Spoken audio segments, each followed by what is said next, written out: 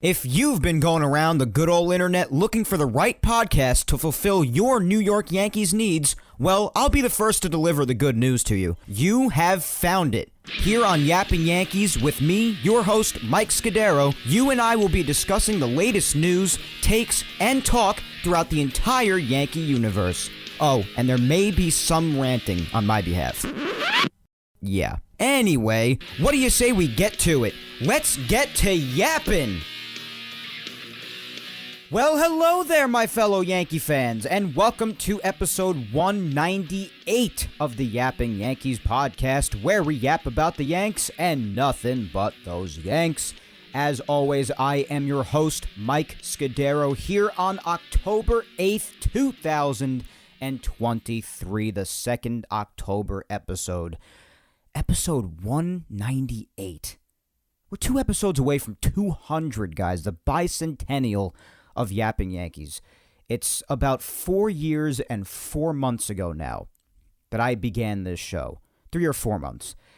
And I just can't believe we've made it this far. Episode 198. A big goal that I set out for myself at the beginning of this whole thing was to make it to at least 200 episodes. That was over 4 years ago. Fast forward all the way here now, which of course it felt like we arrived here in the blink of an eye because that's how time always works. And we're just 2 away from 200. Unbelievable.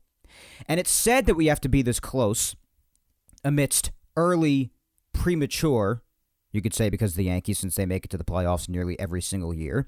So in that context, premature in a way, off-season times, because let's say the Yankees were amidst a big playoff run right now in the division series with all the rest of the other teams.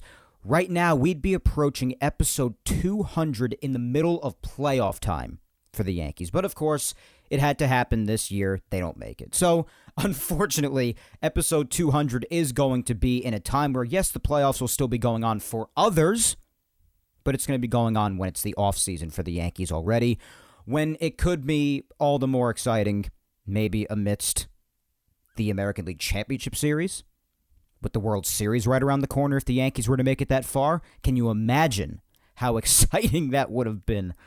Oh my God, I can't even imagine what that would be like approaching episode 200 near World Series times. It's like an all-time fantasy. My God. Maybe when we approach episode 300, but hopefully sooner than that, because anywhere from like 235 to 250 will probably be around this time next year. And obviously the Yankees want to win the World Series as soon as possible, but let's say they also don't win in 2024. If it's timed out right, by 2025, maybe we'll be around episode 300. Who knows? Only time will tell, and hopefully that fantasy could come true, because that would be epic if we're approaching a milestone mark. Hey, 250 would be fine if they want to do it around the time of next year, because that's still a quarter of a millennium. I guess it's somewhat of a milestone, if you look at it like that. But anyways, yes, the point is, I cannot believe we are approaching 200. What I'm going to do for it, I have no idea. But we'll, of course, make it a fun episode, as fun of discussion as we possibly could, amidst it being an off-season episode for the Yankees at least, obviously. But I'll still make it fun, obviously, talking about Yapping Yankees history, come up with a fun social media segment maybe. We'll have sound effects incorporated. And I have had a lot of people ask me about what other things I could add to the show. And yes, I'm very limited for time because of what I do otherwise for work. And obviously, I value my relaxation time, of course, because I do this on Sundays. I work 5 days a week at a full-time job. So I have my hands full in my life in general. But I do also, obviously, being a content creator, have people asking me questions, like every content creator gets asked questions. What else could I add to the show? Will there be interviews someday? Will I make it visual someday? These are all things that cross my mind at certain points. I don't know what'll take place. I don't know if I'll have interviews. You definitely have a better chance of there being interviews than you do it being visual someday, because, yeah, if I do visuals, it'll probably be something just completely separate, like maybe a live stream or something like that. Maybe I'll take that up someday. But as far as the podcast, I want to keep it as like radio-esque and traditional to that sense as possible. I'm a radio guy first and foremost, and I like to keep that radio element about it. Audio only, can't really see me, so you have to imagine, just sort of like listening to someone telling a story. I like that because that's how radio is as a medium, and I'm a radio guy first and foremost, so I like to keep that radio element with it only being audio only, a podcast. That's what I believe it to be. So I'd like for it to be that way. So yeah, that doesn't really eliminate the possibility of interviews. I mean, I'd be open to doing that someday as long as I find a viable way to do it and to incorporate it into the show. I'd be glad to do that. Maybe I will take that up someday. I definitely don't have the kind of time to prep that sort of thing prior to episode 200 in just 2 weeks, but I'd like to do it someday. But that doesn't mean episode 200 won't still be fun. Episode 50 was fun, episode 100 was fun, episode 150 was fun, and 200 will be fun as well. I have my ways of entertaining. May not entertain everybody, but can't please everybody either, so there's that. But it'll be fun nonetheless, but I just cannot believe we're closing in on it nonetheless. And like I was talking about before at the Yankees offseason, yes, it has officially begun. And with this being the first official 2023 off-season episode, I do want to express my appreciation to each and every one of you out there for yet another great season of coverage here on Yapping Yankees. I really hope I delivered as far as what you're looking for, as I did the last 4 or 5 years. I've been covering the Yankees since 2019 in May or June, so more than half of 2019 and all of the fun, misery, and chaos otherwise that has ensued in between all the way up to now. So that's 2019, 2020, 21, 22, and this was my 5th season of coverage here. So I hope that this was amongst the best, if not the best for you, since I've started, of course, because obviously content creators hope to improve year by year, not to regress. So I hope that it was a fun season for you, fun season of Yankees coverage on Yapping Yankees here. I know I have my loyal following out there, and I love each and every one of you to death. I cannot express to you in words. I say it all the time because it is the truth, guys. There are no words to express how much I appreciate you dedicating even a minute of your day to listening to me just ramble on like a maniac about the Yankees for sometimes hours on some weeks, just about one subject being the Yankees, a subject we love so much. But I'm also well aware of how much more competition there is out there content-wise, how many other options you have to listen to when it comes to talking about the Yankees, or just in general, about any subject you care about, yet you spend at least, I don't know, a few seconds on me. That means more than I can tell you, really. For us content creators, it really is the privilege of a lifetime. We are never bigger than our listeners or our fans, at least I never am. I always stay humble with this stuff. And I really, really value anyone just even giving me a second of their time. Even if it's just in passing. If you just happen to be listening to this, if this is the first time you're listening to me, and you've never heard a single minute of Yapping Yankees before, I already appreciate you being here for these few seconds. I'm not even joking. Yes, it helps to not have a monstrous following yet, because then you really, really still appreciate it. But even some of those big guys still appreciate it. Even if I get to that point someday of being huge, I will still appreciate it, because I value people giving me even a second of their time. It's valuable, especially with how short people's attention spans are in today's world. The fact if you can even get 5 seconds, because let's face it, that's how long some YouTube and Instagram reels are. That's how long some TikTok videos are. And sometimes that's all certain people's attention spans can take. That's why things like that are so popular. You see so many likes, you see so many comments, you see so much interaction. It's because that's what people like.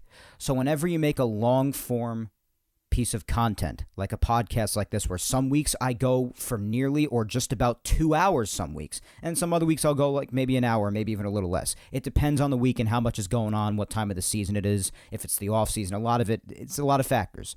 But regardless, 10 seconds or more is, believe it or not, and I know my generation understands this, but for those in the older generations who don't understand this, sometimes 10 plus seconds is a lot of time to require of someone. It really is. That's how short our attention spans have become. So it's for that reason, and because of how much you may enjoy my content, especially if you're with me from the beginning, perhaps. I know there are plenty of you out there who I'm beyond fortunate enough to have be that loyal. But I just really appreciate it. Again, whether you're just passing by here just now, whether you've only been around for a couple of weeks, couple of months, a couple of years, or from the very beginning especially, I just can't tell you how much I appreciate you and how much I love you for just spending time with me. Each week, maybe even. That'd be epic if you're one of those. Cannot properly express to you in words how much I appreciate you and how much I value you and how happy I am for you to be a part of the team, because that's what we are here. We're a team. Just like the Yankees and any other beloved sports team that we may follow. Even though the Yankees weren't the best of teams this year, we are a much better team as them. I still appreciate you nonetheless for yet another season of support and following along and spreading the word about the show. I just cannot tell you how much I love you guys. Thank you so, so much for yet another great season of following along and the support and the love. Even if it seems like I don't really pay attention to a particular person that may be promoting or just following along or showing appreciation to me for the show or just showing their love and support, believe me, I try to get around to everybody, and I think I do a damn good job at it because we don't have every second of every day to just stay glued to our phones. We do have things to do, especially me. But I really try to get around to each and every one of you. For those who I don't, whether it be in general or on a social media segment even, because a lot of the time I don't get to everybody's responses, questions, whatever it may be, just know that that doesn't mean that I appreciate you any less than any of my other fans, because that couldn't be further from the truth. I appreciate and love all of you, and thank you for another great season of following along. But with that season having come and gone now, obviously, again, it is officially the offseason for the Yankees. And I say for the Yankees because it's not the offseason for everybody, of course, because, well, duh, the playoffs are going on. It just so happens that the Yankees are not a part of them this year because they had a disgraceful 2023 season, which we have spoken about at length for over 6 months now. So there's definitely no need to continue to sound like a broken record on top of everything that we have already spoken about for months on end. But that doesn't mean I'm not following postseason baseball because, like I said last week, I love postseason baseball. Even if the Yankees are not a part of it, which, of course, I'd rather them be a part of it given a choice, but I don't have a choice. None of us do. And the fact of the matter is they're not a part of it. But that doesn't mean I haven't watched it since the moment it began, because I have. And it has been quite an adventure so far. I thought I'd just mention it briefly here at the start of the show in the intro because, hey, it is an off-season episode. These episodes are obviously not going to be as long as regular season episodes. Content significantly decreases for any sport and for any content producer of any team in any sport when the off-season comes around, naturally, because the season naturally provides much more content.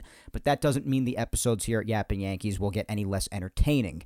But it also doesn't mean we can't follow other people because the Yankees were too crappy to be a part of the postseason fun, right?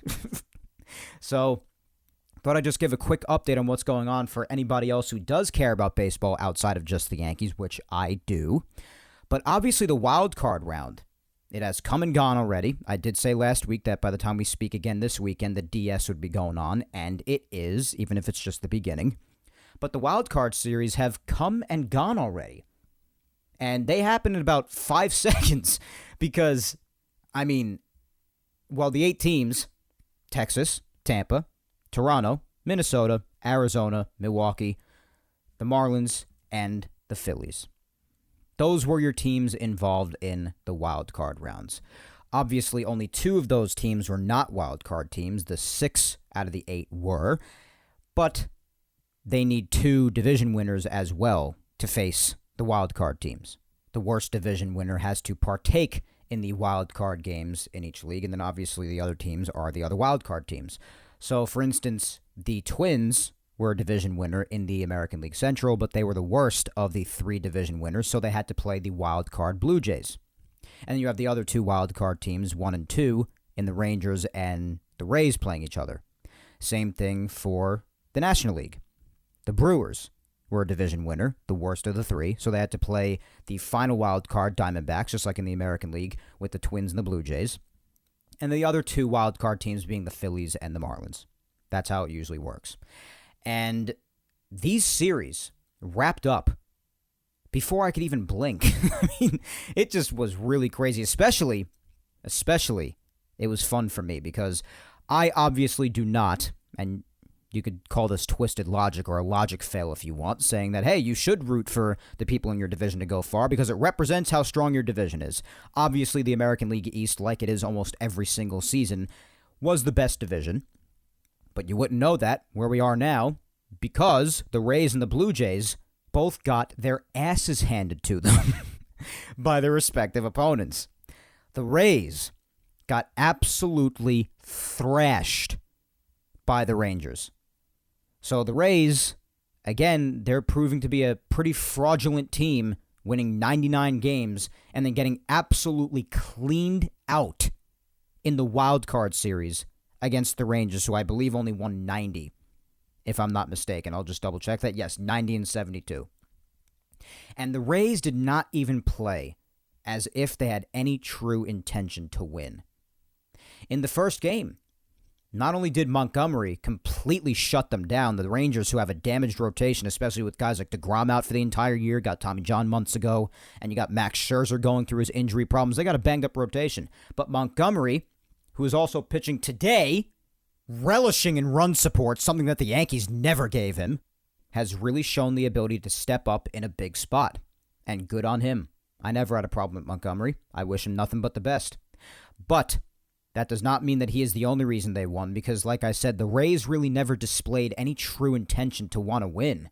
They had 4 errors in the first game, all embarrassingly so. Just very unusual. They just did not seem like they even cared. So the Rangers blanked them 4-0. And then the Blue Jays against the Twins. I mean, listen, I know the Twins won the AL Central, but I mean, the Twins have never been anything but fraudulent in my eyes either. I thought the Blue Jays would take care of them, but the Blue Jays, just like the Rays, both of them, in 2 games only scoring 1 run. 1 run in 18 innings in a very important short series that could see them knocked out right away, just a couple of days after the end of the season. And neither of them played like they really had any intention to move on to the division series. Because also in the first game, the Twins won 3-1. And they jumped out to a 2-0 lead early, then added on another in the third. Royce Lewis carried them to victory. The Blue Jays could not scratch more than just 1 run across, and that came in the 6th inning on a Kiermaier RBI single. And other than that, they didn't score the rest of the series. All the Twins had to do was score 2 the next night and win 2-0. That is it. So, I mean, yeah, the Blue Jays managed to get a lot of base runners, but they couldn't push anything across, couldn't get anything done. Sonny Gray kept them off the board for 5 innings in the second game. All it took scoring-wise for the Twins were 2 runs in the bottom of the 4th, one on a Correa RBI single and a Willie Castro double play ball, driving home Max Kepler, and that's all it took. So the Blue Jays wiped out. And then the Rays, after making 4 errors in the first game, only put up 1 run and lose 7-1 in their second game. Bing, bang, boom. Before you know it, the loudmouth Blue Jays and Tampa Bay Rays are both out. Holy crap. Yeah, I was saying the same thing. I was. And at least the Rays, they may have won 99 games. The Blue Jays, I would say they still have not reached the absolute potential that people envisioned them 2 years ago when guys like Bichette and Guerrero came up and they had all this excitement around them and hype for the future. And now they're even just flopping in the wild card round. Guys, they've been talking about this film that we're going to see in this next great chapter for the Blue Jays and saying that past years they've also come up short. You've only seen the trailer. Guys, a trailer can only act as a teaser and should be played for only so long before the film has to come out eventually. People are going to stop taking you seriously eventually if they have not already. Just saying. And then, honestly, another series in the National League kind of surprised me as well. Because all of the wild card series were 2-game sweeps. None of them went to a Game 3. The Diamondbacks defeated the Brewers 6-3 on the first day and then 5-2 on the second day. And then this one, I wasn't too surprised about, but the Phillies managed to take care of the Marlins in both games. 4-1 in the first game and then 7-1 the second game on Wednesday. So the season ends on Sunday. And then all the trash talking from teams like the Blue Jays and the Rays. And you have teams that are knocked out only 3 days after the season ended. So really, 99 wins if you're the Rays and fighting for that wild card spot like the Blue Jays did. For what? You only lasted a couple of days longer than teams that didn't even make it. And then even the Brewers, who were a division winner, they just got cleaned out by the Diamondbacks. Beating them by 3 runs each night and just keeping the Brewers off the board for the most part, and the Diamondbacks just outscoring them. And the Phillies just made easy business of the Marlins. So, before you know it, on Wednesday, all the series are over. Wild card series done. It's been over for 4 days already. So here we are now, 4 days later, at the very beginning of the division series, Game 1 of each DS played just yesterday. The Rangers, coming off of facing one American League East team, going to another American League East team. The best one in the division, won over 100 games this year, the young stud team, Baltimore Orioles. And believe it or not, they are handling business. This series, I think it's safe to say, has baseball fans pretty surprised. Now, whether it be Baltimore's postseason inexperience, or maybe certain weak parts of the team being exposed, as they often are for certain teams in the playoffs, because you have the best of the talent in baseball in the playoffs. So if you have weaknesses on a team, they are going to get exposed there. It could be either one, something else different entirely, or maybe a little bit of everything. But regardless, the Rangers jumping out to a 2-0 lead in the fourth inning in yesterday's game. Baltimore answers back right away in the bottom half of the inning. And then the Rangers add on another in the sixth. Baltimore responds with one more, down 3-2. And the Rangers just hold it down from there, with help from Aroldis Chapman, might I remind, because he is a part of the Ranger bullpen. So that's a nice reminder. But nonetheless, the Rangers hold on to that one. Game 1 on the road in Baltimore. Big win for them to start the series. Then you have the Astros and the Twins. Of course, Houston waiting for the Twins after the Twins handled the Blue Jays very convincingly. The Astros jump out to a 5-0 lead by the time the game is halfway done. Up 5-0 by the fifth inning. Twins make it interesting by making it 5-4 in the seventh inning. I mean, that started to freak a lot of people out. Jorge Polanco 3-run shot, and then Royce Lewis with a solo shot of his own made it 5-4. But then Yordan just added on some insurance in the bottom of the seventh for the Astros, and they would end up holding that score 6-4 and winning Game 1. So the Twins making things a little interesting. But before the series started, I did say that the Astros would either sweep or the Twins luckily would eke a game out against them at the most. But I have the Astros winning that series. I had Baltimore winning in 5 against the Rangers, but now, and they're about to lose Game 2 as well today, much more convincingly. But they're going to have to pull a rabbit out of a hat in order to survive this round now. They're going to be heading to Texas down 2-0, it seems. And all you got to do is win 3 in this round, as many of us know, in a best of 5. The National League had me completely surprised in both cases. The Phillies blanking the Braves, who are my World Series favorites coming in Atlanta, 3-0 yesterday. Scoring a run in the fourth, scoring a run in the sixth, and then in the seventh. Bryson Stott in the top of the fourth with an RBI single. Bryce Harper with a missile home run into right field in the sixth, and then a run scored on catcher's interference in the top of the eighth. The Braves had no answers, getting 5 hits on the whole night. Phillies just blanking them, and they win 3-0 in Atlanta. Big game that I did not expect, but this one right here was the one that I expected the absolute least. This one absolutely and utterly shocked me. You had the Diamondbacks, fresh off of being the Brewers, and the Dodgers, who were a 100-win team this year with Clayton Kershaw starting things off in the DS.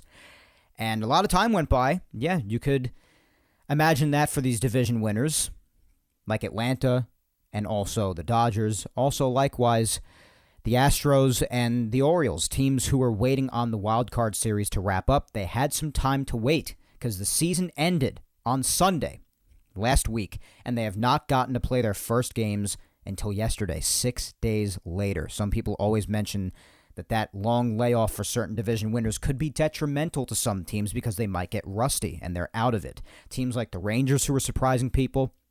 Teams like the Diamondbacks, who beyond surprised everybody, including myself last night, are teams that have seen action within the last week and cannot be rusty because they've played. So whether it be because of that or because of another reason entirely, I mean, this game especially, the Dodgers and the Diamondbacks, the 84-win third wildcard team Diamondbacks against the NL West division-winning 100-win Dodgers in Los Angeles, mind you.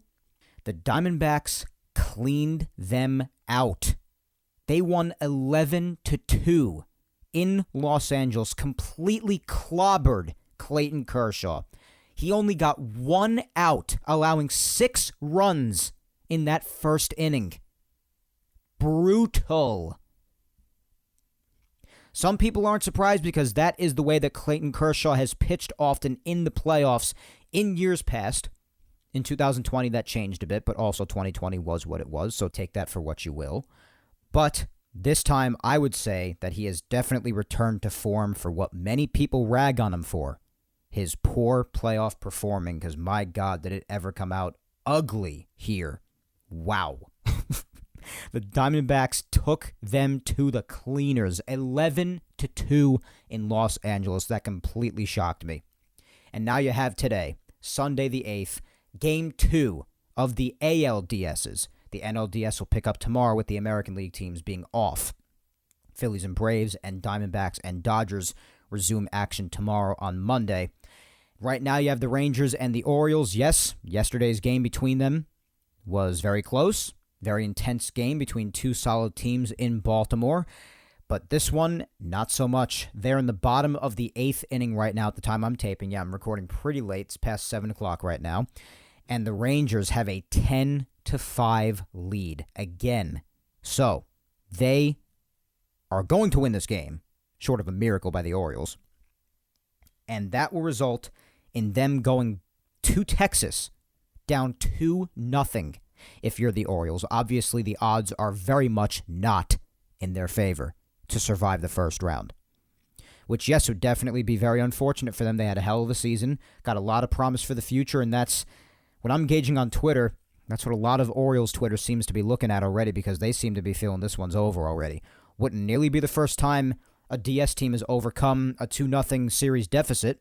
It could very well be done. Take it one day, one at-bat, one pitch at a time. That's how it gets done. Even the Yankees have managed to do that a couple of times in the last bunch of years throughout this playoff run since 2017. They have done that before. So it's not impossible, but it's going to be a hell of an ask because, again, going to Texas down 2-0, that's a lot. Could be inexperience, could be weaknesses on the team being exposed, could be anything. But nonetheless, the 90-win Rangers, 90-win wildcard team ultimately, Rangers, defeating the American League East winning 101-win team in the Orioles. So, I definitely say this is an upset. I, for one, came in saying the Orioles would win in 5, although I wouldn't be surprised if the Rangers won. So, yes, while this isn't what I expected, I'm not totally surprised. I don't know, everything seems to be going quite the opposite from what I said, other than really the Astros and the Twins, because I really felt that was an easy prediction from jump. Basically, I had Orioles winning in 5, but wouldn't be surprised if the Rangers come out with it. I have the Astros convincingly moving on beyond the Twins. Convincingly, either a sweep or 4 games at the most. I had the Braves winning in 4, so if that's to happen, they're going to have to win 3 in a row now. But they don't really care about, making my prediction correct. They just want to move on. But they've got to bounce back after being blanked yesterday. And the Dodgers, I had them sweeping the Diamondbacks. So you best believe that a loss last night, no less in the way that it happened, beyond shocked me. So the Rangers could very well go up 2-0 tonight, heading back to Texas, which is huge for them. And the Astros and Twins, well, I expect another Astros victory, unfortunately. National League picks up action again tomorrow. Then the American League resumes action again on Tuesday. They all play on Wednesday. National League finishes on Thursday. And, of course, if Games 4 and 5 are necessary, that'll take place Thursday and Friday, and Saturday for the National League if necessary. And starting next Sunday the 15th, that's when the CSs should begin. So the ALCS will be starting Game 1 when we speak again next week. So, just keep moving along. That's how it goes. It'll be very interesting to see who moves on and what happens. But the way it's looking, guys, this ought to be real chaos. Because if things continue the way that they are, if the Rangers do in fact manage to defeat the Orioles, possibly even in a sweep if they return to Texas for Game 3 and get the job done, and if the Astros do what I expect them to do and move on from the Twins, as much as I would not like that to happen, but I think it's inevitable, you're going to have a championship series, a battle for the American League pennant between 2 Texas teams. That is going to be chaos for that state. I'm almost really excited for it. I'm going to be glued to Twitter during that if that does, in fact, end up being what happens. I cannot wait for that kind of chaos. And if that does take place, it's all going to start next Sunday when we speak again on the 15th. That ought to be interesting. But yeah, the Rangers and the Orioles, guys. I have the game on next to me as we speak because I just do feel like peeking over every now and again just to check on what's going on. The Orioles do have a rally going on right now in the bottom of the 8th with second and third and 2 outs. Mountcastle's upending, grounds out to short, and that's that. Yeah, so the Orioles are definitely done today. Again, short of a miracle. Now it'll have to happen just in one inning because they're going to the top of the 9th now. But that's the playoff update, guys, pretty much. A lot shocking me, more so than not, I guess. Because basically I know I said I wouldn't be surprised if the Rangers did it, but I really did expect the Orioles to at least make it to the CS. I mean, after all, they were the American League's best team, but that's not always how it shakes out. Anything can happen in the playoffs, as we know.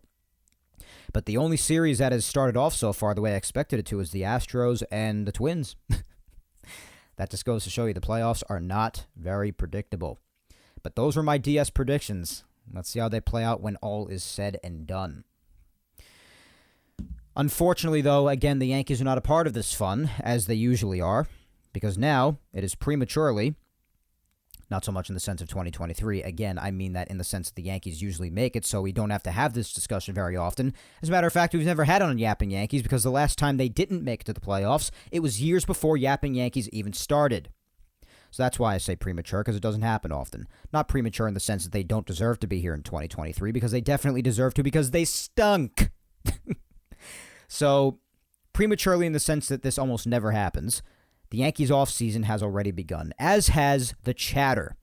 There's already been some news that is being whispered about in the Yankee community, and we'll discuss it a bit here in Yankees news, obviously, because the offseason format, this is really what it is. I ramble a bunch for an introduction, talk about any Yankees news out there that might be floating around or has definitively happened, and then we do the social media segment.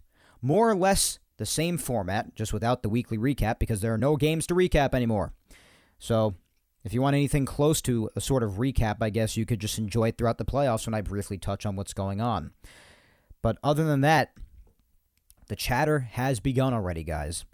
And the chatter this offseason is change. What are they talking about? What would they be actually willing to do, if anything? Because the question that we ask ourselves, and the question that I mainly ask myself these days, especially with some of the chatter that has already begun to start the offseason here, inevitably, because like I said on last week's episode, they can talk a big game as much as they want. Actions speak louder than words. The main question that I continue to ask myself, especially amidst the beginning here, is, are we on the road to nowhere? Coming into the offseason, we've heard constant discussion about the Yankees potentially hiring an outside company to evaluate how they do things, how they implement their strategies, their analytics, what they could do differently in the front office, on the field, different strategies and different ideals that they could potentially utilize, and all these things that they'd be willing to do and are possible to be evaluated this offseason. Just a bunch of whispers going around. And you've continued to hear a little bit about that as the offseason is now officially begun. But still, the same thing qualifies for me. The Yankees have spoken a big game before. They just did it a year ago, when after they signed Rodon, they said, we're not done yet, only they were done. So they tend to talk a big game sometimes, and then they don't always deliver. And oftentimes, even when they have delivered the last few years, it has not panned out nearly the way they had planned. But the question still remains, what are they actually willing to do? And what do we think that they're actually willing to do in order to legitimately change things?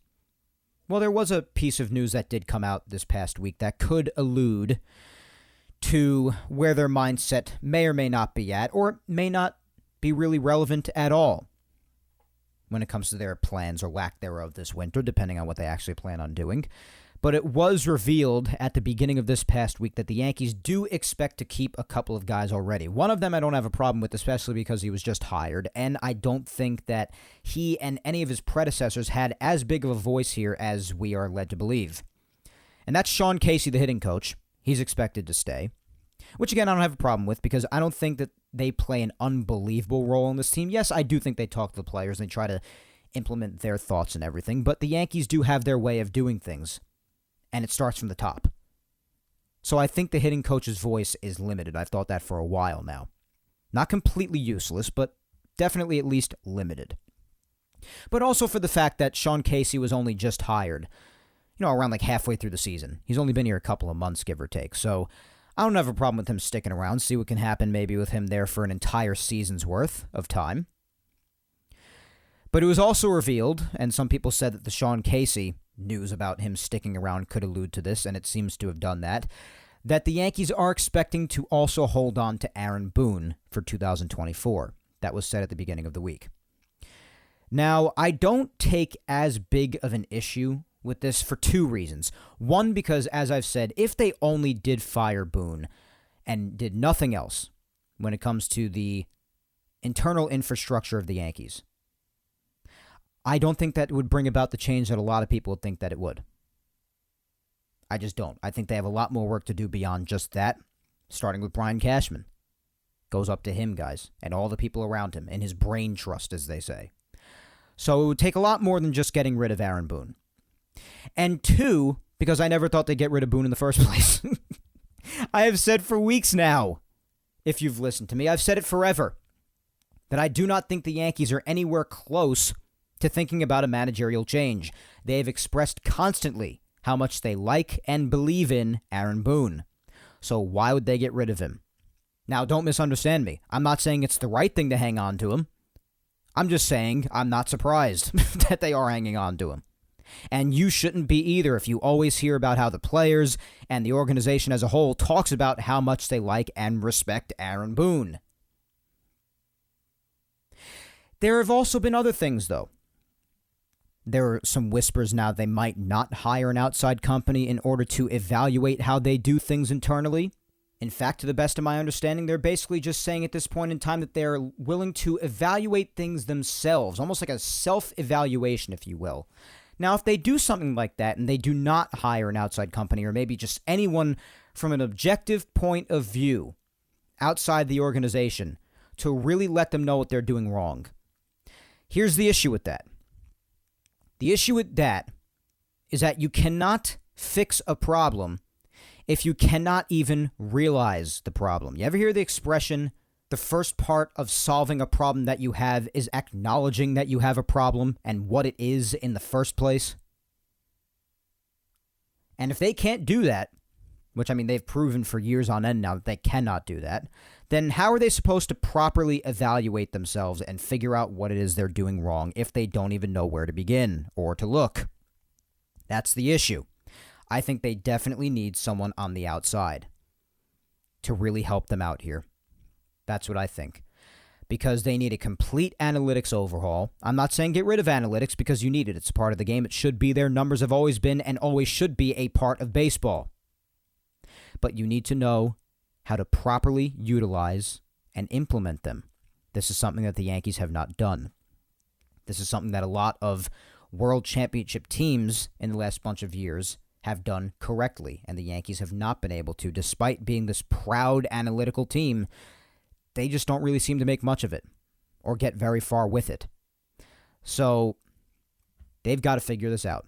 There have been no definitive details on what they planned with this. We know that we heard Aaron Judge on the interview that I played last week that he has been speaking to people in the front office. He's been speaking to Cashman. He's been speaking to Hal. He's even been speaking to Aaron Boone and many others possibly because he does not seem happy with what took place this year. And he vowed that a lot of what we saw this year would not take place again next year. But, whether it be because of Aaron Judge or something or someone else, there does seem to be some desire to change things. But the Yankees have a lot of work to do. We've spoken about their need to implement their analytics differently, to study them and utilize them differently, like teams who are actually successful in using them do. You need to improve the lineup itself. The offense was a disgrace this year. A lot of the rotation, a lot of them are question marks outside of Garrett Cole, as we've spoken about at length, and will continue to all offseason long. Because I dare you to name anyone who is anywhere close to a sure thing in this rotation outside of Garrett Cole. Because no one and nothing is ever a sure thing in this life. But you can be damn close to a sure thing, and that's what Garrett Cole feels like, the man who's about to win the American League Cy Young if the voters have a single clue as to what they're doing. Can you name anyone else in that rotation anywhere close to that? Because I can't. And I guarantee you can't either, because if any self-respecting Yankee fan is being honest with themselves, then they won't be able to as well. The bullpen's the most sure thing as they finish with the best ERA yet again. They have continually for years now proven to be the major strength of the Yankee team. And yeah, you could find improvements out there. But it's probably the least out of all other elements of the team, priority-wise. But the point is, the Yankees have a lot of work to do. And they have already proven that some things are staying exactly the same. Boone is sticking around. Guys like Sean Casey are sticking around, which, again, I don't have as big of a problem with for all the reasons I mentioned before. You have to imagine Cashman, of course, as I've said for a long time now, despite me being on the fire Cashman train for a couple of years now, Cashman is not going anywhere. Whether he be on the hot seat or not, that's another story that we can only find out if we're within the Yankee organization, and we're not. At least I'm not. Maybe there's someone listening out there that is, and they're just keeping it themselves, being like, Mike, I know and you don't. Yeah, I don't. But fact of the matter is, I don't see him going anywhere. Definitely not. So, really, what is being changed, if anything? And this brings about the big question of the day. Are we on the road to nowhere? To nothing changing, nothing significant at least, and for the most part at least, running it back next year? I see people talking about all sorts of trades, all sorts of signings that could take place that would just be completely underwhelming and not be the big change that the Yankees need. Names that we've heard for months now, especially someone that we were hearing about at the deadline a lot, Dylan Carlson from St. Louis. I hear people talking about Kevin Kiermaier. While he has his pluses, and he had a bit of a rebound season this year offensively, a lot of years in the recent past, he has proven to be a below-average hitter. While, yes, a terrific outfielder, has amazing speed and a great glove, yes, absolutely. But it's offense the Yankees need, people. They need guys who hit harder and have a bigger impact than guys like these two. Just for instance, just for the sake of example, for what I've been hearing lately. They need more than that. A lot more. If the Yankees' entire offseason is acquiring a Dylan Carlson or a Kevin Kiermaier, just for instance, and they say, yeah, we've improved the lineup, we have people who can bat from the left side of the plate now, yeah, we're done. No, you're not. At least if you have any sort of aspirations for competing whatsoever within this current championship window, air quotes around championship, because that's what it's supposed to be. Meanwhile, they didn't even make the playoffs this year. But if you have any legitimate and respectable aspirations of competing, no, you are not done, my friends. You have a lot of work to do. Like we've spoken about, I think some changes should be made in the front office. And if Cashman is going to stick around with, which, yes, like I said about Aaron Boone, and it seems I was right about that already, about him not going anywhere, I'm pretty damn sure Cashman's not going anywhere as of this winter either, or anytime soon probably, because of how content and comfortable the Steinbrenners are with him.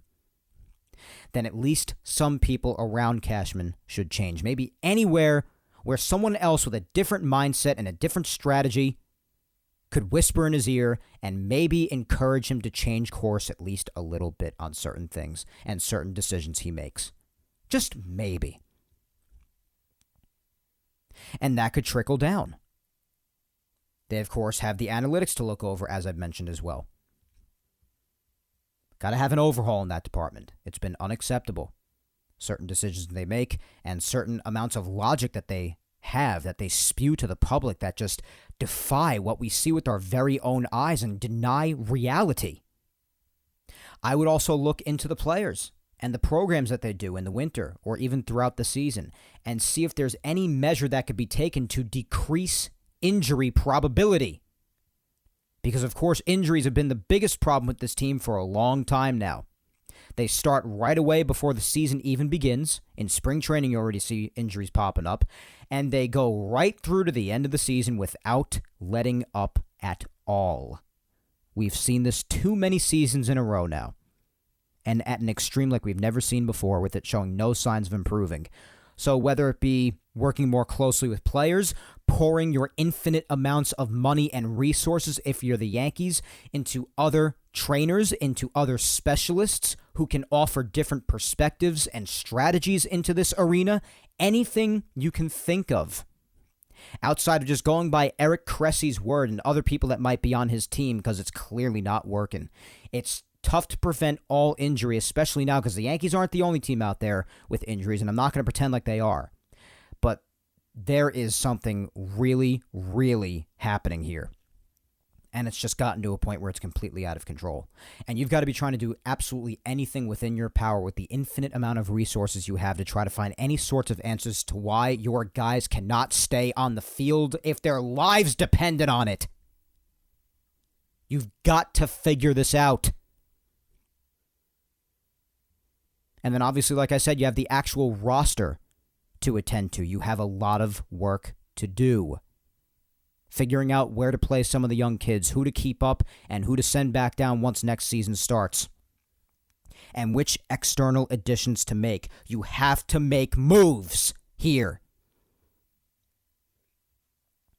Whether it be signing Bellinger, somehow trading for Soto, going to Japan and looking into Yamamoto despite how many teams are going to be in on him. Do something. You cannot stay idle. That's something that cannot be done. And the main way that I encourage myself that something, just something major has to happen this offseason is I look and I factually just come to terms with in my head, the Yankees have had their worst season in over 30 years. No matter how much you want to deny reality, I would hope even they accept that reality.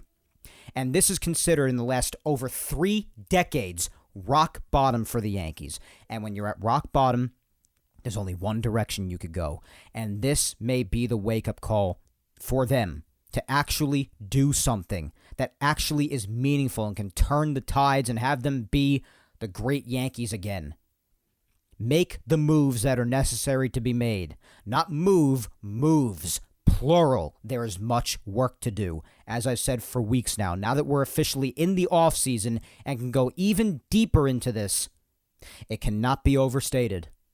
They have a lot of work to do. Multiple moves, multiple facets of the team to evaluate and change and improve. So that's what gives me hope that this was the worst season in over 30 years.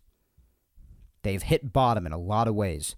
I mean, they were at the bottom of the league in damn near every single offensive category known to man this year. If they weren't at the very bottom with certain statistics, which they were. They were one of the worst teams in the world at getting on base, for instance. And I mean, that's the name of the game right there, getting on base. And, of course, driving them in, obviously. But they even hit less home runs this year. What they're most known for, the Bronx Bombers. They even strayed from that. They strayed away from anything that made them successful in the past. Even if it's just one means to success. They even abandoned that. So that's what gives me maybe a little bit of confidence. The fact that this is the worst season in decades and decades for the Yankees. So that must mean that they have in their mind that they have to at least do some things, hopefully things plural, to turn this around. But then there's the other side of me that says the Yankees have talked big games before. But they also have not lost this many games and performed this poorly in my lifetime. However, they still have talked a big game, even if they were much more successful in the past times of doing this. They have talked a big game, and they have not come through with it. And they've said that someone like Sean Casey's sticking around. They've said that Boone is sticking around. You have to imagine Cashman's sticking around. And if those big guys at the center of all of this, especially Cashman, I mean, that's the big guy, and Hal Steinbrenner is not willing to make any major changes in his team underneath him, well, that just, the thought creeps into your mind. At least it does into mine, and that's why this is called what it is, this episode. Are we on the road to nowhere? Or will changes actually be made? I, for one, think that they have to add a pitcher, starting pitcher. I would love Yamamoto, but he's going to cost quite a bit of money. Not sure if the Yankees are going to be willing to do that with all the big contracts they already have in the books. Their fault, yes, no one feels bad for them. But because of that fact, I'm not so sure they'd be willing to go through the roof like some other organizations might be willing to. And there are going to be plenty of teams in on him. The Yankees most certainly have to acquire an outfielder, lefty hitting preferably. Obviously, guys like Bellinger via signing, Soto via trade, fit that. Then you have the lesser options, guys like Carlson, Kiermaier, who also both fit that, can bat from the left side of the plate. But who would actually make a difference? Obviously, the former two would make much more of a difference. But would they be willing to do that? And someone like Bellinger, before this year, for a bunch of years, was a pitiful player, had completely regressed from what he was prior. And now, what I potentially foresee as a possibly nightmarish contract could come to fruition. Had a killer season with the Cubs, very nice year. Gets signed to big money, and he could very well regress again, especially in this town.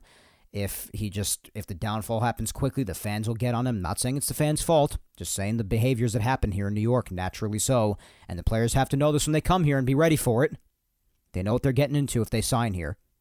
But especially if it happens very quickly, that downfall could be very fast and very ugly.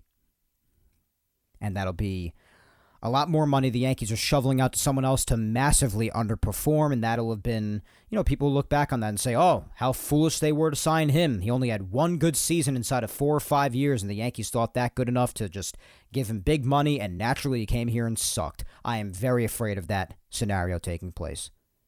And it wouldn't nearly be the first time for the Yankees, and it would not nearly be the last either. Juan Soto obviously isn't quite the same hitter he was before, obviously. Anybody who has the chance of getting him is still going to take it in a heartbeat. No doubt about that, as would I. But it's a different thing because you have to trade for him. What are you willing to give up? What are you willing to part ways with? So there's a lot of discussion with that. So you have pitcher, you have outfield options they could have, and then also you have a bunch of kids that they could keep up here to continue to develop. We saw what Peraza was able to do to end the season when he had some more consistent at-bats. You obviously have the choice of maybe keeping Pereira up here. Obviously, there was a lot to be desired when it comes to his bat as well. Obviously, has a lot more developing to do. Will the Yankees give him a chance to do that in the outfield next year? I mean, who knows? Or do you send him back down to give him more time? When could you possibly see guys like Spencer Jones? Jason Dominguez is not going to be back until like the middle of the season. What do you do when he's ready to go, depending on certain moves that you might make this winter to compensate for missing the first half? Lots of questions. Lots of scenarios can play out here. It's very complicated. But definitely, at least while Dominguez is out after the phenomenal week that he had before the UCL injury, resulting in him getting Tommy John surgery and having to miss at least half of 2024, give or take. What do you do in the meantime? Well, the Yankees have to make a move like they have to make a move in many areas, like I've said, like a broken record at this point. Point is, they have a lot of work to do. And here in just the first week of the offseason, that's really the main thought. And that's why I thought I'd make it the social media segment, because it's the thought on everyone's mind nowadays as the offseason has just begun. Obviously, people are also consumed with postseason baseball, as am I. I'm having a great time watching it each and every second, not taking it for granted. But also us Yankee fans are also sitting here thinking what could possibly happen this winter and what do we think could realistically take place. So I thought that'd be a good social media question for today. Which changes, if any, do you think the Yankees might actually be willing to make this offseason? Might actually be willing to? And there are some people probably out there who think that they would remain completely stagnant. And guess what? Based on past behavior, you have every right to think that. And even if you do think they'll make a move and you just don't think it'll pan out, you even more so have a right to think that, because that's a scenario that more often plays out. More often than not, except if you're talking about this year's trade deadline, even though they were still moves, but, what kind of moves were they is the real question. Cashman will more than often than not, he will physically make a move. It's just a matter of what kind of a move it is. Is it dumpster diving? Is it a worthy player and then it just doesn't pan out? Well, that's why you have a reason to think the latter. Will he make a move and then it just doesn't work out? I mean, that's what happens a lot with the Yankees. It's not very likely they'll stay completely stagnant, but, I mean, the thought does creep into your mind when you're thinking about certain things that they have already more or less announced or alluded to that they have no intention of changing that would really bring about legitimate change, like Cashman and his regime. But we'll see. Nothing's a guarantee yet. But that is your question for this week, and I thought I'd throw that out there. What things I actually think they could change or do? I think you could actually see an overhaul in the analytics department. I think they could actually end up doing that. I don't think it's completely unlikely. I think it could bring some other people aboard who can bring some new ideas, some new perspective. I don't think that that's out of the question. As far as the roster, I really only think they're going to do maybe one thing. We're lucky if we get two. Maybe they'll do two. They definitely need a starting pitcher. I think they will definitely at least be very in on Yamamoto because, I mean, Cashman flew to Japan to watch him pitch, so they are definitely in on him, no doubt. So I expect them to make a serious run at him. Will they actually get him? I don't know. And how much they will be actually willing to spend given what they already have in the books, despite the fact that they are the Yankees and they should be willing to spend whatever is necessary to get back on top, I do not know. But I do think it's very likely they get an outfielder as well. I mean, they have to. They literally need to get an outfielder. Because the only other alternative, with Jason being out for probably about half the season, and if you don't get another outfielder otherwise, you're going to have to start the season with someone like Estevan Florial, which, yes, you do see flashes of potential in for years now, especially when given consistent at-bats. But what really is the message after a season like this one? What really is the message that you're conveying to the fans when you start the 2024 season saying Estevan Florial, someone who he actually DFA'd at one point just last year, is starting in center field for the Yankees in 2024 after we just had our worst season in over 30 years? What kind of message does that convey? Rather than, yeah, our starting outfielder, whether it be center field, left field, what have you, I mean, how much better would it be received by the fans if it was Cody Bellinger or Juan Soto or someone of that caliber? I mean, yeah, it has to work out as well. It's not a guarantee that it'll work out, but, I mean, what kind of message will it send to the fans in contrast to having Estevan Florial as your starting center fielder and not having changed a damn thing? So I do think they'll make at least one move for an outfielder. I really hope they do. I really hope so. But it's very likely that they only make one move. And that wouldn't be enough. And if they don't do enough, then you are also still just on that road to nowhere, it'll feel like, because it won't be nearly enough. Not nearly. They need to look into analytics. They need to work with the players and work with the training staff and find out how to minimize injuries as much as possible so this ridiculousness stops that we have witnessed year in and year out of no one, damn near no one, being able to stay on the field. And they need to change the roster. And I only think they might do just one thing with the roster, whether it be an outfielder or pitcher. And all the names that are out there. I've mentioned a lot of them. Given some brief detail on a lot of them. But the roster, I only see them maybe making one move. I'll be shocked if they do much more than that. Because again, with what they've done in recent years, I need to see it actually happen. And the Yankees have not been a team that does what needs to be done. A lot of the time when they find a good thing, it's a reclamation project that eventually fades out and turns into nothing. Or it's just stumbling into freak luck with certain players. And yeah, sometimes that's how it goes. That does lead to success for some teams. Someone stepping up who you never imagined. That does happen sometimes. But you gotta go for the kill here. You've got to do the things that could actually most likely bring about legitimate change. Because enough is enough, guys. Enough is enough. So I do think that they could change some things, but I don't think it's going to be nearly enough if they even do anything. I just don't think they have it in them to really truly understand what the problems are, let alone how to fix them. I mean, regardless of the scenario, this has proven to be an organization that time and again routinely just denies what's going on right in front of them. So how can you trust an organization like that to do what's right or even diagnose what the real problem is or problems are? And that's where the thoughts of being on the road to nowhere creep in.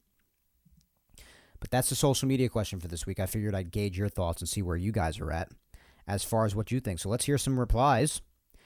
First up, we got at Yankee Ken saying, getting rid of Fishman and Cressy. The analytics approach and the health continue to hinder the team as well as the roster construction. Yeah.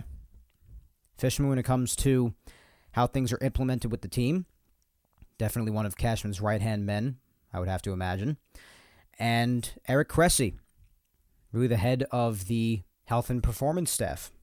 It's probably where a lot of the guys get their advice from. So, should he be questioned? He absolutely should be. Anybody who's the head of those should be questioned amidst these times where these injuries are happening at a frightening rate like they have been for years. And he wasn't always the head of health and performance the last few years, but he has been for some time now, and the injuries are not getting any better. So I'm sure they have their discussions with him, and they should continue to do so. I don't know if they would really consider getting rid of them, but guys like him and Fishman, but maybe you bring even more guys around to offer different perspectives and ideals.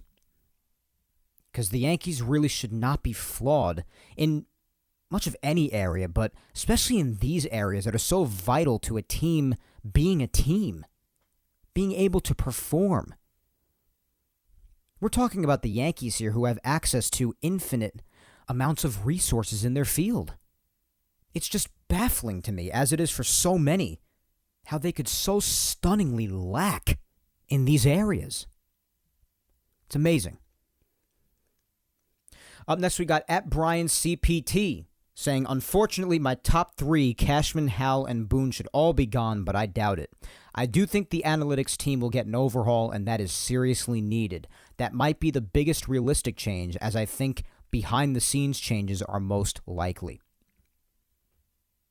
Yeah, I hear you, and that's one of the things I said, the analytics team. I definitely do think that guys like Cashman, and, well, they've already said this with Boone, but I even predicted it a while ago. It wasn't hard to predict.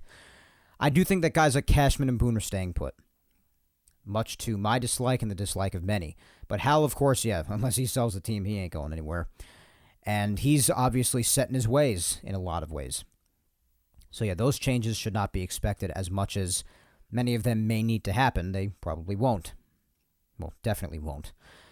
But yeah, any changes, I do think if you do see any, it's going to be internally, whether they get anyone from the outside to evaluate or if they just evaluate themselves, which I think is really dangerous because they can't even diagnose their own issues, let alone think about how to fix them. Like I said, first step to fixing a problem is realizing and acknowledging that there even is a problem and what it even is.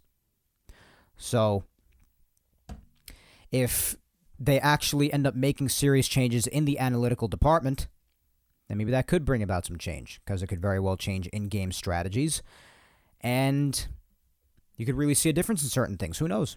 Maybe that would help. But yeah, you're definitely more likely to get that than any sort of external change. I do think an external change will happen because, I mean, they're borderline being forced to, because the Yankees cannot go into next season without having changed anything external from an external standpoint, a player from outside, because that just sends a beyond horrible message to the fans. And as to where their mentality is and their real desire to win. So I do think they're going to be forced, their hands have been forced to do at least one thing, which I guess is a benefit of having a crappy season like this. If there even are any benefits, I guess that would be one of them. It really forces their hand, more so than if they still had a 97-win season, then they could just defend that and say, oh, we even might have won the division, even though they wouldn't have with 97 wins, but you get the point. In past years, 97 wins is often enough to win a division. So they say, oh, we still won a division, 97 games, so what we're doing is right. We just couldn't get it done with the ultimate goal. The usual crap that they've spewed in the past bunch of years. But this year, barely finishing over 500 and having the worst season in over 30 years, They have to do at least one thing. They have to. Have to. And if they don't, I feel like the fans are going to respond pretty harshly. No doubt behind-the-scenes change is definitely most likely, though. Up next is at Cashman Sucks NYY. Can't get enough of that handle every week. Saying, hopefully their analytics go. Well, by go, you mean changed or like go completely abolished? Because if you mean completely abolished, they're not going to go. It's part of the game, no matter what organization you talk about, and numbers are part of the game. That's just not going to change. But they can be implemented differently, and that's what's important here. Up next, we have my buddy James at Rebirth Chaos 09 saying changes. Maybe one or two of the analytics guys go, but nothing significant. They'll probably patchwork this team and sell. If we were healthy, we would be a playoff team. Unless Hal grows a set and makes changes in the front office, nothing will happen. It's a lot of where my mindset is, dude, unfortunately. Like I said, if guys like Cashman are sticking around, then that is a big indication to me, like I've said. Cashman's the big one for me. He is a big indicator as to what's going to take place. We have seen a lot of his behaviors. We've seen a lot of his habits the last few years amidst the Yankees constantly coming up short. Now he's really going to be put to the fire in a year where the Yankees had their worst season in over 30 years. How does he respond? Or how does he not respond? It's tricky. It really is. But yeah, like you even said, they really can't use that much. They don't have many excuses. Yeah, they could use the injury excuse, but nobody's going to listen to it anymore. People are tired of it. Because even without certain injuries that they had, there were certain parts of the year this year where they had enough big players in this lineup to make a difference that could have done a lot more. I mean, you look at how DJ has continued to regress. You look at the season that Stanton had. There are just certain players, and they're not getting any younger, that really could have lessened the blow that the Yankees took this year, and they just did not come through. They really didn't. Glaber was a consistent piece the entire year. And then even though he wasn't playing at 100%, Judge was still around for a bit of the second half, especially the home stretch. So a lot could have happened where they could have still definitely won more than 82 freaking games, despite the injuries. The injuries are bad, and they definitely take their toll, but you've come to a point where you can no longer use that as an excuse if you're the Yankees. People are tired of hearing that. And the main thing that people just say when they hear that is say, well, figure it out. You're the Yankees. You can spend a ton of money on people and resources to find out how to mitigate this problem. And it's only getting worse as the years pass. So yeah, it comes down to just growing a set, like you said. Make the changes that have to be made. But even you're saying the analytics guys, yeah, because behind the scenes are most likely. You're right. I can't disagree with that.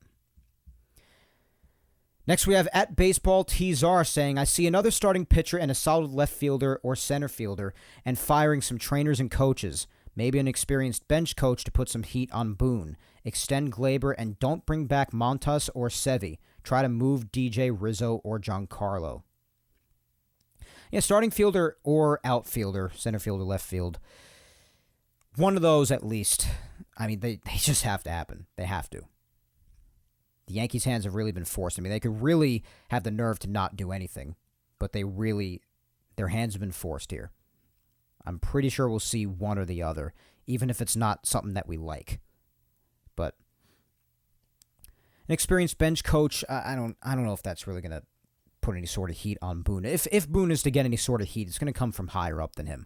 I even did hear some people saying that the Yankees are going to make him be a tougher coach this year and have him, put more pressure on guys and be a little bit harsher and be, crack the whip a little bit more, be a little bit more disciplinary. I mean, I don't know. What are we going to force Boone to just be someone that he's not at this point? Like, I don't know. I don't know where that gets you. If you want a different kind of manager, then why don't you just get a different manager? Rather than just keeping the one that you already have and making him act different than he has all these years. Be different than the guy that these players have come to know for all these years. I don't really see that benefiting anyone in any sort of a way. Is Boone even capable of that? And, some people may question how true it is, how authentic it is, because if he's disciplining players now all of a sudden, much more so than usual, then how seriously can the players even take it? They'll be like, oh, this isn't usually how Booney is. He's just gotten a reprimanding from the front office to be tougher because we sucked last year. And they might not even respect it or even really care. I mean, you even heard about Judge talking about lack of urgency this year and the fact that they just did not have a killer instinct whatsoever, finishing off teams the way that they should have, whether it be securing a series win or securing a sweep, no matter what it was, just not having that urgency, not seeming to care as much as before, period. So I don't really think asking someone to be something they're not is really going to help much of anything. But I don't know. I don't know if a bench coach anyway would really inspire anything like that.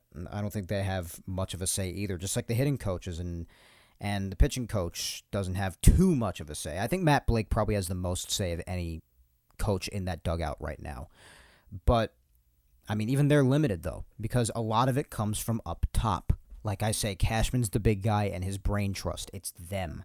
And if nothing changes there, it's hard to imagine anything significant changing with this team. That's what I keep on saying. Extending Glaber, I don't hate that at all. I don't. He was the best hitter on the team in 2023. Most consistent, definitely, even through the darkest of times.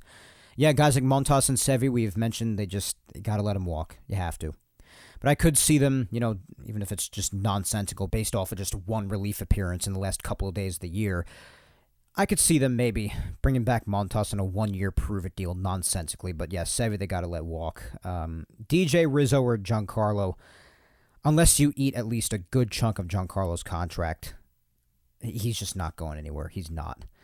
DJ's in the midst of his contract as well, even though I know it's tough with him because he has definitely declined the last couple of years and he is not getting any younger. Rizzo's kind of a question mark, though, because if he's able to shake off these concussion issues and come back fresh next year, and if he starts the season the way he started 2023, looking like he was getting ready to have a career year, then maybe it could work out with him. I'd be willing to give him another shot. But yeah, the other two, DJ and Giancarlo, I don't think either are going anywhere. I mean, they're just, the core of what the Yankees hope are solid in order to succeed, obviously, but they're not getting any younger. It's tough. Yankees are in a tough spot right now as an organization. At R. Hydrick24 says they'll find the balls to somehow shed Stanton's contract and completely retool the lineup with fresh faces. Wow, so you actually see a lot potentially happening. Okay, very interesting. I definitely don't think they're going to do that much. I'd be shocked. I mean, completely retool the entire lineup. I don't see that happening. I'll be shocked if it does. Pleasantly surprised, but shocked. And shed Stanton's entire contract, I don't see that either. I don't. Giancarlo's going to be back next year. I'll be absolutely speechless if he's not. I'll be completely shell-shocked. At Sean99660764 says a decent starting pitcher. Well, Yamamoto or anyone else, they really should. A lot of question marks in that rotation. Lots. At BWelch1943 says no office or coaching changes. Matt Chapman and Eduardo Rodriguez added.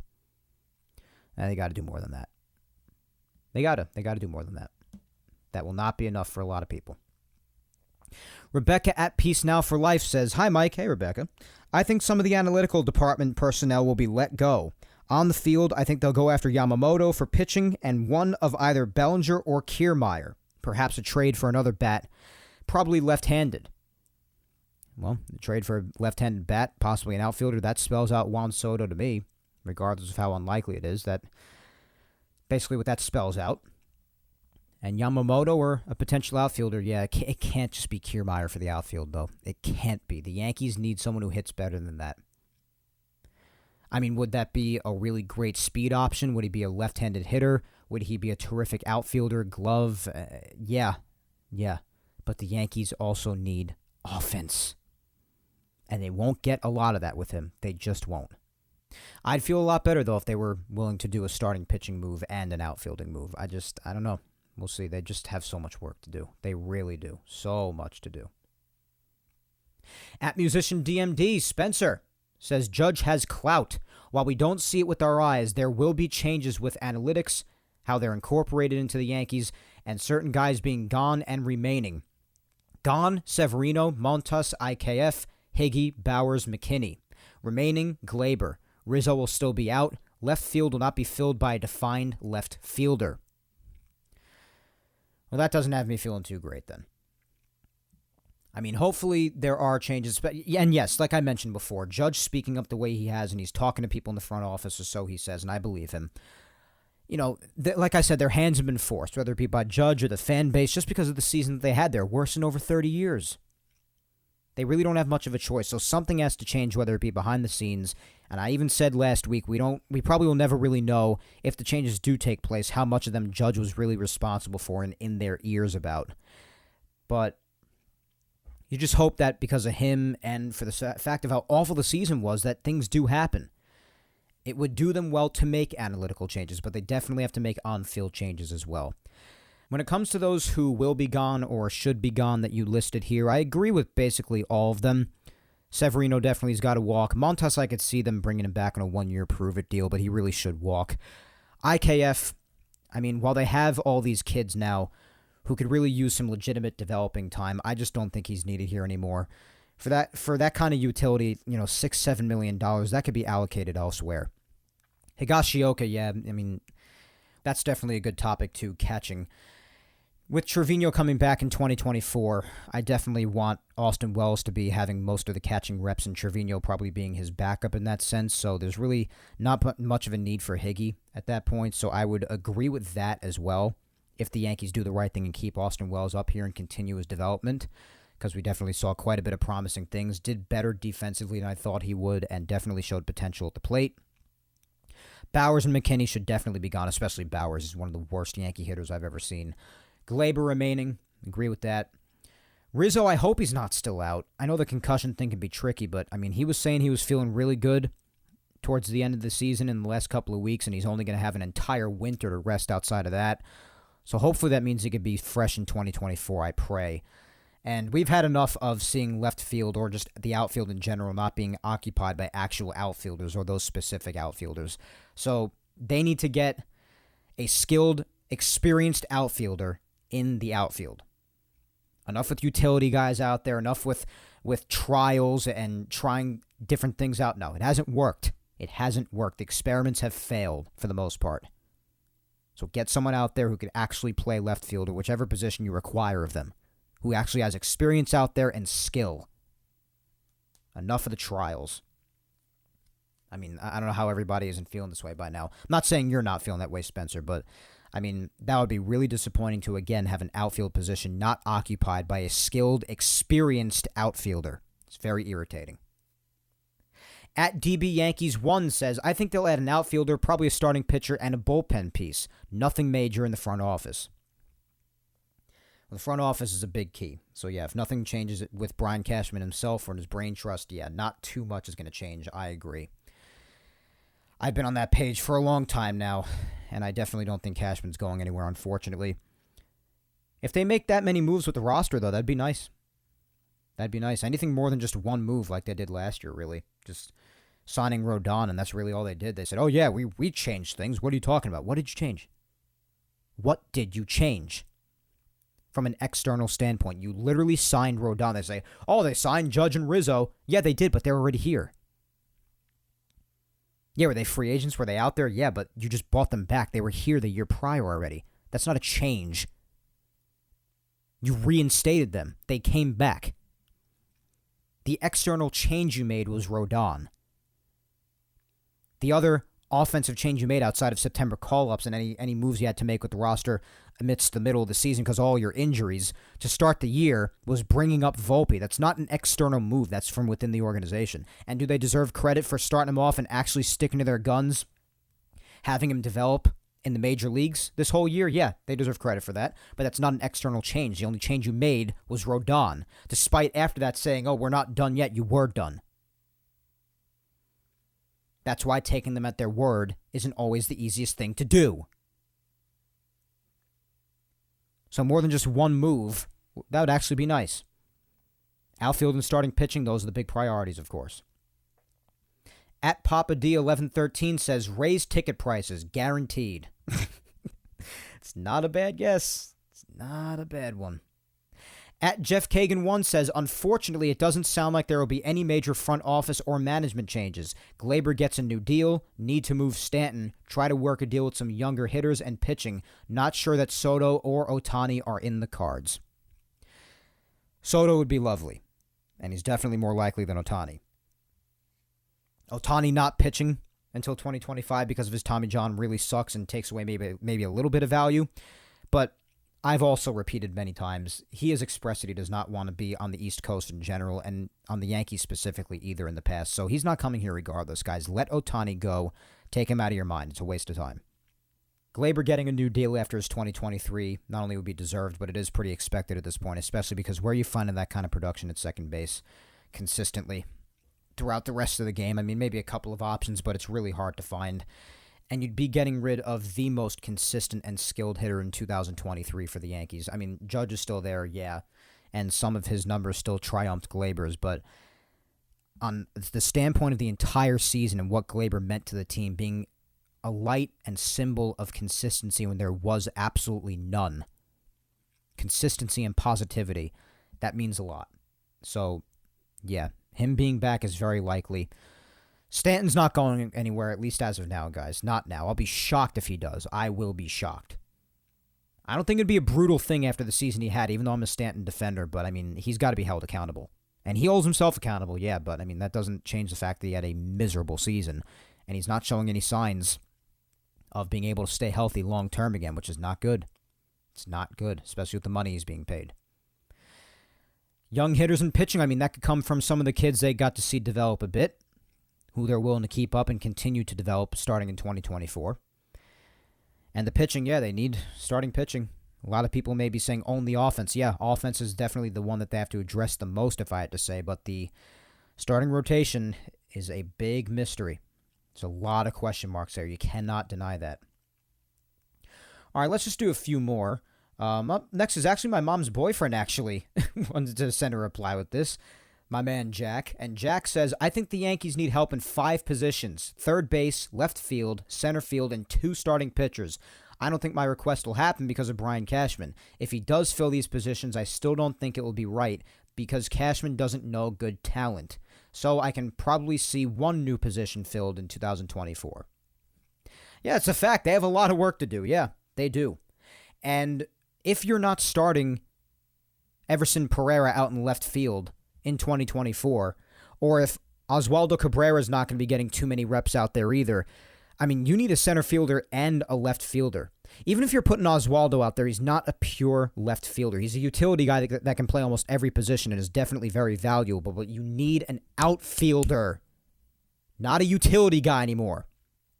You saw some of your lowest production offensively from left field and also some of your worst defense for a reason because they have not had an outfielder. They've had utility men out there. Enough is enough with that. It is a failed experiment for years now. I've had enough of it.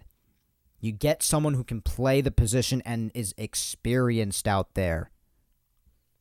So with Jason missing the time that he is, and if you don't make any external moves, you need a center fielder and a left fielder. So yeah, you're right. That's 2 positions right there. I mean, you do have the option of having DJ, or if you keep Peraza up, he could play third base as well. So you do have third baseman, unless you want to get a definitive one. But you do have a couple of options there, and Peraza has showcased a terrific glove in the field, especially at shortstop, but also at third base. He's just a good defender.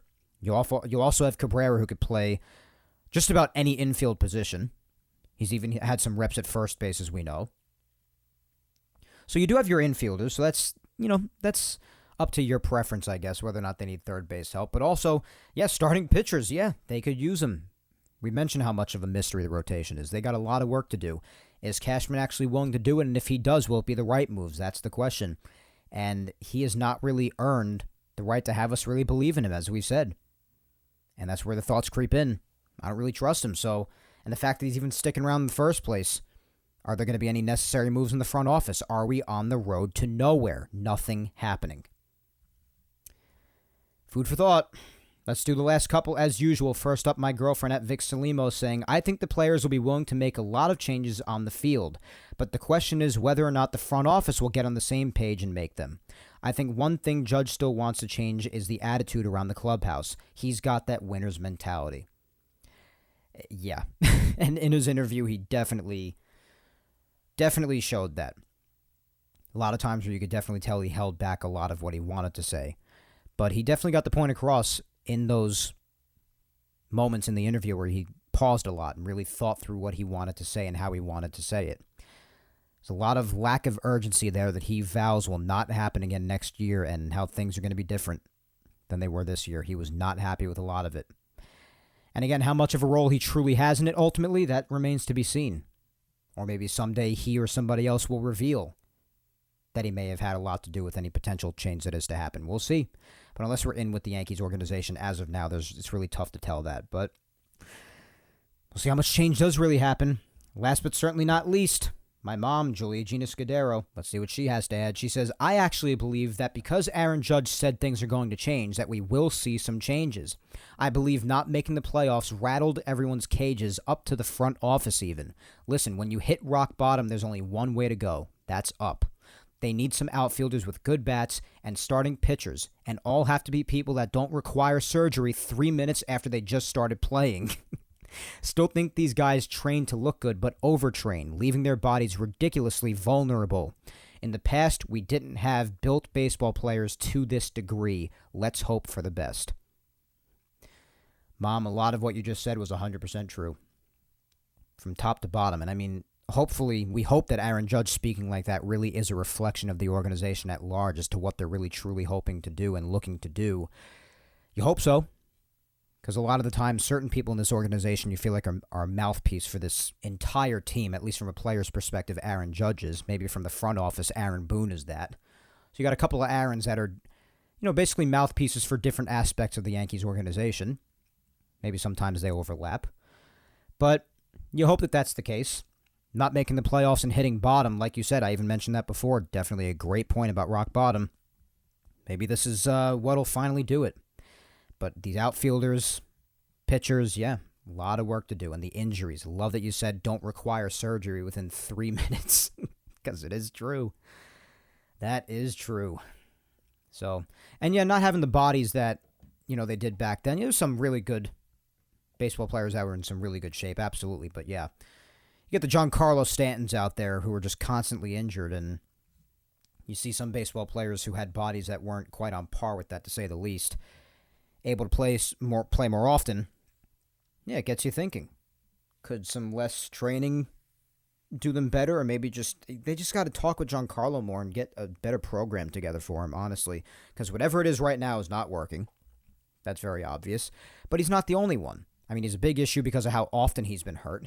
He's been hurt for nearly half of his entire time on the Yankees the last bunch of years now, since 2018, since he came over here from Miami.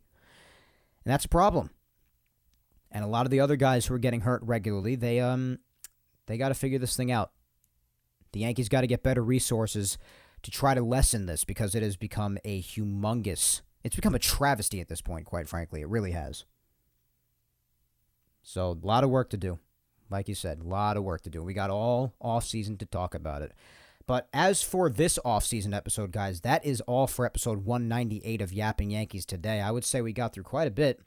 Talking about potential changes. I would say it's a good way to start the offseason, talking about what could happen. Now going forward, what I usually do to start the offseason is I take one aspect of the team piece by piece and analyze what could be changed, who could be involved in that change, what they could do to make it happen.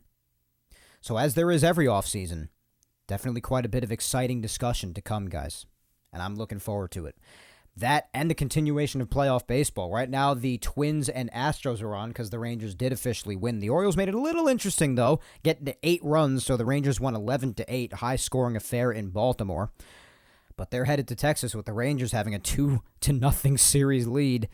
And the Twins are actually out to a 3-0 lead over the Astros in Houston in Game 2, so we'll see how this one shakes out. See what the Astros do. Obviously, this is not the same Astros team of years past, no doubt about that, but I do still think they'll make it past this round, so that'll be interesting. But the Twins, out to a 3-0 lead.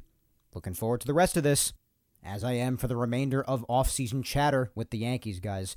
But in the meantime, remember to follow me on all socials if you do not already, my friends. Facebook fan page, Mike Scudero NY. Twitter, at Mike Scudero. And Instagram is Mike Scuds97.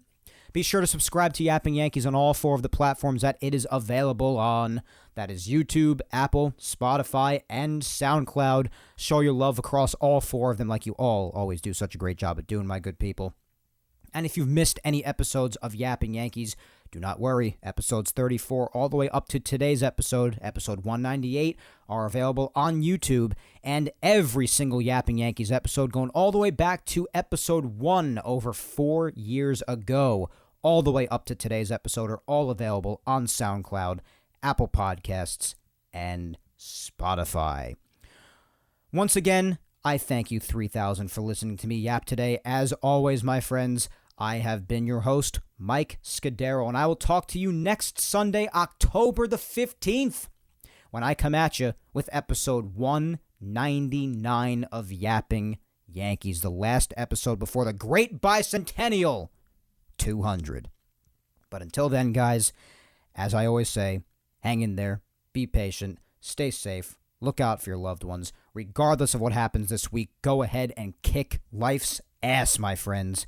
And also, while it's going on, if you care about baseball beyond just the Yankees, just continue to enjoy postseason baseball as I have. You might as well, even if you don't, because once it's done, that's the last baseball we're getting until February. So you might as well watch and enjoy what you can before we don't have it anymore throughout a long, dark winter. Hopefully it's not. Pray it's not, because we are not winter fans around here. So, but with that said, if you're not a fan of that, then let's just hang around and just hope that we see any sorts of changes for the better, that the Yankees could possibly make the comeback more improved and stronger in 2024, because that's the goal.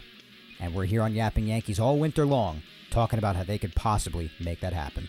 Until next week, my friends, take care, and let's go Yanks.